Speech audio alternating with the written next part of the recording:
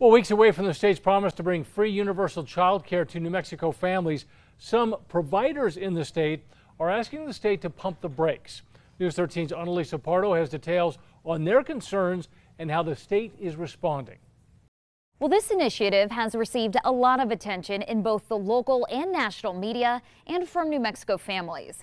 And now we're hearing the questions providers have about how this rollout will work in just a few weeks.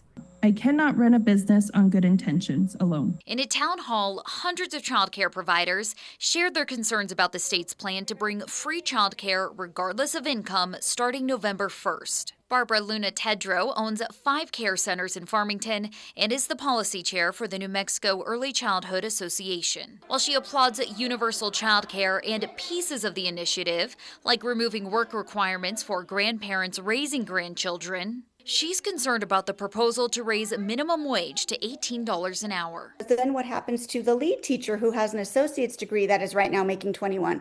Well, obviously you have to bump their pay. But Early Childhood Secretary Elizabeth Groginski is clearing up what she calls misconceptions, saying there is no mandate on hourly wages. There is an option for providers if they want to opt in and attest to being open 10 hours and to paying entry-level care and education staff $18 an hour.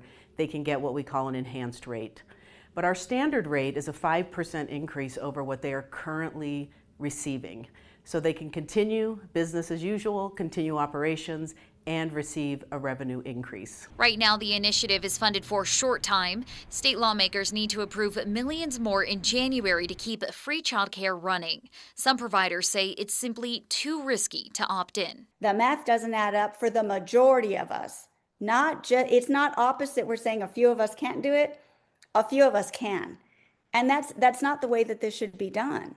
The state says they've had a lot of positive feedback, but acknowledge not everyone will opt in right away. We don't want to see families have to move from the child care provider that they love and that their child is attached to that teacher. And so these are some of the market forces that we will pay close attention to. Tedrow and dozens of others in the town hall are asking the state to pause its plan to implement the proposals November 1st. There will be no pause. There will be changes, most likely, to the proposed rulemaking because of the public comment we received. We got to lean into this because it's what New Mexico families need, it's what our business community needs, it's what our economy needs. ECECD is now working their way through public comment and will release its response on Thursday. The department will also go on the road to meet with parents and providers and answer any questions they may have on the initiative. Back to you. All right, Annalisa, thank you. The Early Childhood Education and Care Department is encouraging people to check their website as they post updates on proposed rules. We'll have a link to that with this story. Just go to krqe.com.